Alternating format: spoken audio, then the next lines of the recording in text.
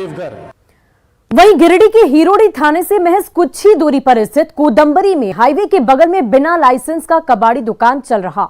यहां पर रात के अंधेरे में चोरी छिपे ट्रकों को और बड़ी बड़ी वाहनों को काटा जाता है और इनके पार्ट्स को रातों रात दूसरे राज्य में सप्लाई कर दिया जाता है। ग्राउंड जीरो से और अधिक जानकारी दे रहे हैं हमारे सहयोगी एजाज अहमद।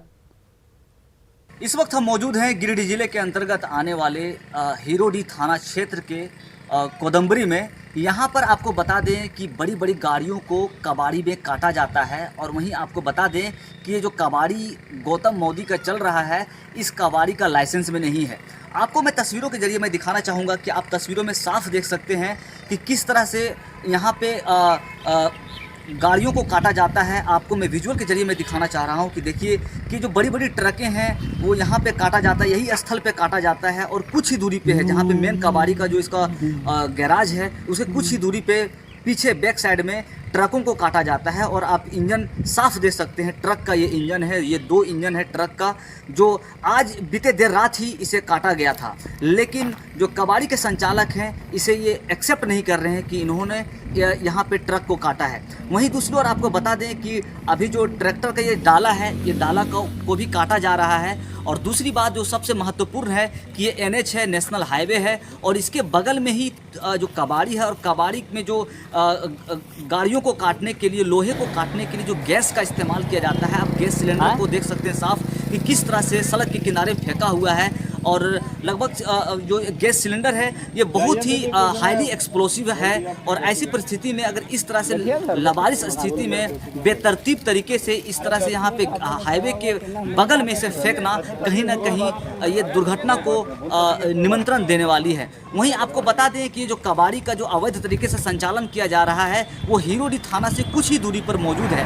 बावजूद सबसे बड़ा सवाल यहाँ ये पर है कि अभी तक थाना प्रभारी का, थाना का इस पर निगाह क्यों नहीं पड़ा है और इस तरह के जो अवैध तरीके से काम किए जा रहे हैं थाना से कुछ ही दूरी पर, तो इस पर अभी तक लगाम क्यों नहीं लगाया जा रहा है। सर, कोदंबरी से लगातार खबरें आ रही है कि वहाँ पे जो कबाड़ी चल रहा है वहाँ पे बड़ी बड़ी गाड़ियाँ कट रही है। सर, इसके बारे में कुछ देखिए, मेरा क्राइम मीटिंग कल था और मैंने सभी थाना प्रभारी को निर्देश दिया है कि मेरे अनुमंडल में किसी भी तरह का कोई भी अवैध धंधा नहीं चलेगा, चाहे वो ढिबरा हो, चाहे वो पत्थर हो, अवैध माइनिंग हो, चाहे वो जो आप बता रहे हैं कबाड़ी वाला हो, कोई भी गलत धंधा नहीं चलेगा। अगर इस तरह से चल रहा है तो उस पर निश्चित तौर पे कार्रवाई होगी। इस तरह से लगातार कबाड़ी का जो अवैध धंधा है लगातार फल फूल रहा है और यहाँ पे जो ट्रकों को काटा जाता है, यहाँ पे जो अलग अलग गाड़ियों को जो काट करके जिस तरह से भेजा जाता है, बताया जा रहा है कि बंगाल, बिहार व अन्य राज्यों में गाड़ियों के पार्ट्स को भेजा जाता है और काली कमाई लगातार इस तरह से फल फूल रहा है। लेकिन अभी भी सवाल लगातार बरकरार है कि यहाँ पर थाना इतने नज़दीक होने के बावजूद कार्रवाई क्यों नहीं हो रही है। गिरिडीह से न्यूज़ 18 के लिए मैं एजाज अहमद। और देखिए, इसी बीच आपको गोड्डा से बड़ी खबर बता दें, जहां लड़की की दुष्कर्म के बाद हत्या कर दी गई है।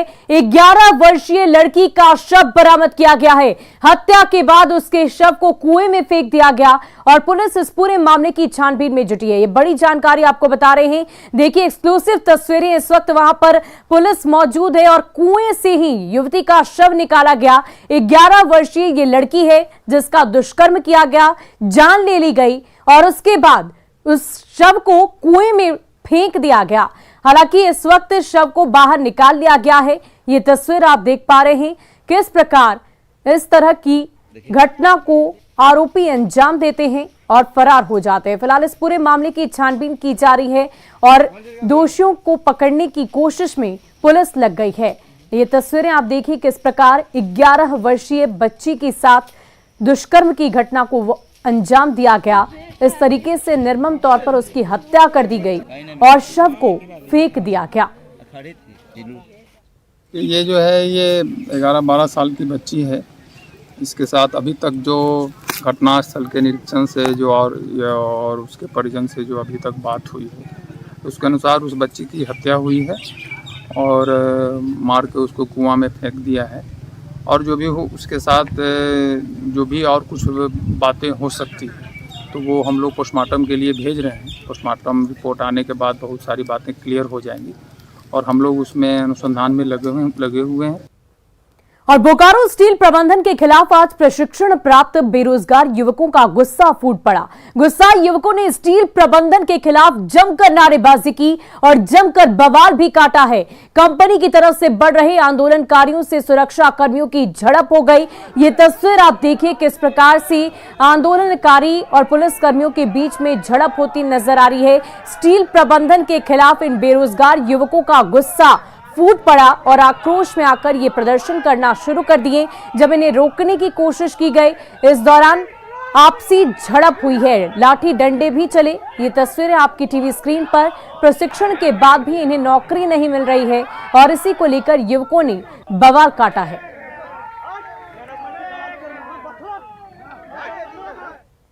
हमारी मांगे हैं कि जो भी अप्रेंटिस प्रशिक्षु पूरा कर चुके हैं उनको सेल में बहाल किया जाए और जो भी सेल में बहाली होगी विस्थापितों की उम्र सीमा 45 साल किया जाए। चूँकि ये नोटिफिकेशन अप्रेंटिस का 6 साल हो चुका है, इसमें बहुत सारे लोगों का उम्र सीमा ख़त्म हो चुका है। तो हम लोग का ये डिमांड है कि जो भी अप्रेंटिस कर रहे हैं उनको नियोजन सुनिश्चित किया जाए, जो कर चुके हैं उनको नियोजन में बहाल किया जाए। और झारखंड का गढ़वा जिला जहां बारिश कम और सुखाड़ ज्यादा होता है। मौसम वैज्ञानिक इसे रेन सैड एरिया के रूप में जानते हैं और बारिश ने इस बार भी गढ़वा को धोखा दे दिया है। शुरुआती रिमझिम बारिश के बाद किसानों को आस जग गई थी, लेकिन मौसम में धोखा दे दिया। जिले के कृषि पदाधिकारी किसानों से धैर्य रखने की सलाह दे रहे हैं। एकर कुछ मिलेला चाहिए ना। हाँ। आदमी गरीब बड़न तक कैसे नहीं, अगर पानी बरसी तो खेला भी न मर जी। तो खेती कैसे हुई? कितना जमीन जमीन तो ऐसे मतलब 2-3 बीघा है ये, लेकिन तो पानी है ही नहीं, खेता कहाँ से खेती आदमी करी। गढ़वा का भौगोलिक क्षेत्र है झारखंड में। गढ़वा रेन शेडो एरिया में आता है। आईएमडी के मौसम पूर्वानुमान के अनुसार गढ़वा में 8 मिलीमीटर 9 मिलीमीटर बारिश फोरकास्ट में दिखा रहा है। ये जो बारिश जो है गढ़वा के पेरीफेरी क्षेत्र में हल्की छिटपुट बारिश हो रही है और गढ़वा के किसान इस छिटपुट बारिश का लाभ भी ले रहे हैं। वे टाड़ जमीन में दलहन और तिलहन की फसल की तैयारी कर रहे हैं, कुछ लोग लगा भी चुके हैं। वर्षा पर ही यहाँ पर आधारित खेती है और बरसात नहीं होती है तब तक हमारे किसान भाइयों की निजात करना पड़ेगा। बात हो जाएगी, खेती बाड़ी सब लोग अच्छा से करने लगेंगे। उपज भी यहाँ पर बहुत अच्छी होती है, उपज भी अच्छी होगी और धान की क्रॉप भी बहुत अच्छी होती है, धान की भी फसल अच्छी होगी। लेकिन थोड़ा सा वेट एंड वॉच। और देखिए इसी बीच साहिबगंज से आपको बड़ी खबर बता दें, पंकज मिश्रा की तबीयत बिगड़ गई है, उन्हें अस्पताल में भर्ती कराया गया है।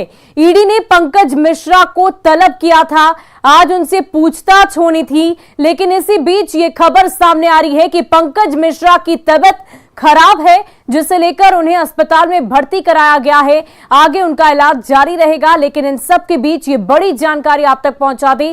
पंकज मिश्रा की तबीयत बिगड़ चुकी है, जिसके बाद उन्हें अस्पताल में भर्ती कराया गया है। ईडी ने पंकज मिश्रा को आज के दिन तलब किया था, उनसे तमाम सवाल पूछे जाने थे, उन सवालों का जवाब उनसे मिलना था, लेकिन इसी बीच उनकी तबीयत बिगड़ गई, जिसके बाद उन्हें अस्पताल में भर्ती करा दिया गया।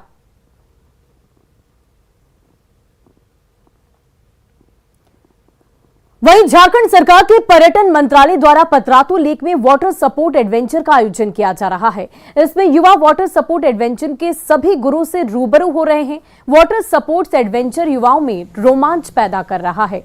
इसके तहत jet ski ride, banana ride, Ringo ride, water surfing, kayaking ride समेत 8 वाटर सपोर्ट्स के गुर को वो ट्रेनर से सीख रहे हैं। वाटर सपोर्ट्स एडवेंचर में स्कूली बच्चे भी शामिल हो रहे हैं। पतरातू लेक से और अधिक जानकारी दे रहे हैं हमारे सहयोगी जावेद खान। और हम लोग सारे लोग रांची से आए हैं और अभी तक हमने 3 एक्टिविटीज़ कर लिया है, जिसमें सब में बहुत ज़्यादा मज़ा आया है। पैरासेलिंग, काइकिंग और बनाना राइड। तो अभी तक में काफ़ी मज़ा आया। और भी सारे एक्टिविटीज़ है, वो हम लोग करेंगे अभी थोड़ी देर में। यहाँ बहुत अच्छा लग रहा है। झारखंड की ओर से टूरिज़्म को बढ़ावा देने के लिए ये बनाया गया है और हम लोग यहाँ के टीम के मेंबर हैं, हमारे दोस्त यहाँ पे आए हुए हैं। हम लोगों ने 8 एक्टिविटीज़ का कलेक्शन किया है, जिसमें बनाना राइड, ATV और पैरासेलिंग, रिंगो राइड, कयाकिंग और वाटर रॉक क्लाइंबिंग और एक आर्टिफिशियल वॉल क्लाइंबिंग है। बताइए कैसा किस किस तरह का यहाँ पर? सर यहाँ वाटर का है, यार्ड का है एंड रॉक का है। ठीक है, तो इधर रॉक में हम लोग 2 टाइप्स के रखे हुए हैं, एक रोपिंग का है, एक आर्टिफिशियल वॉल है। उसमें क्लाइंबिंग का हो गया। और वाटर स्पोर्ट्स में हम लोग का सर्फिंग है, जेट स्की है, बनाना राइडिंग है, रिंगो है एंड कायाकिंग है। ये हो गया वाटर का। और उधर पैरासेलिंग और ATV हम लोग का वो साइड में हो। इसका उद्देश्य क्या है? इसका है कि हम लोग का बच्चों को वाटर के बारे में, जो स्पोर्ट्स है, एडवेंचर के बारे में और आगे बढ़ाना है। वहीं गिरिडीह के सरिया कॉलेज के पास पत्थर खदान में डूबे युवक का शव 32 घंटे की भारी मशक्कत के बाद निकाल लिया गया है। NDRF की टीम ने गोताखोरों और बोट की मदद से शव को बाहर निकाला। दरअसल कल सुबह 9 बजे सरिया थाना क्षेत्र के पावापुर निवासी प्रकाश यादव अपने 3 दोस्तों के साथ स्नान करने खदान गए थे, जहां नहाने के दौरान डूबने से उसकी मौत हो गई। इस घटना को लेकर आक्रोशित ग्रामीणों ने खदान मालिक पर लापरवाही बरतने और तय मानकों के अनुसार खदान का घेराव नहीं करने का आरोप लगाया है। इसमें लोग ना आए, उसके लिए सुरक्षा में कहीं ना कहीं अगर चूक है तो इसको भी देखना चाहिए। और आम जन से भी आपके माध्यम से भी अपील करेंगे कि ऐसी जगह से आने से थोड़ा परहेज करें, क्योंकि बहुत ही ज़्यादा डीप है और ऐसी स्थिति में बहुत अभी NDRF सुबह से 6 बजे से लगी हुई है, लेकिन उन्हें भी सफलता नहीं मिल पा रहा है। तो यानी बहुत ही ज़्यादा नीचे पानी है। ये घटना सर कल जो है 10 बजे के आसपास की थी। रात्रि विश्राम के उपरांत हमारी टीम सवेरे 6 बजे से साइट पे पहुंची तथा 7 बजे से ऑपरेशन शुरू किया। हमारी 12 सदस्यीय टीम लगातार गोताखोरों की मदद से लगभग 9 घंटे के उपरांत हम डेड बॉडी को रिकवर कर पाए। और फिलहाल के लिए इस बुलेटिन में इतना ही। आप बने रहे न्यूज़ 18 बिहार झारखंड के साथ।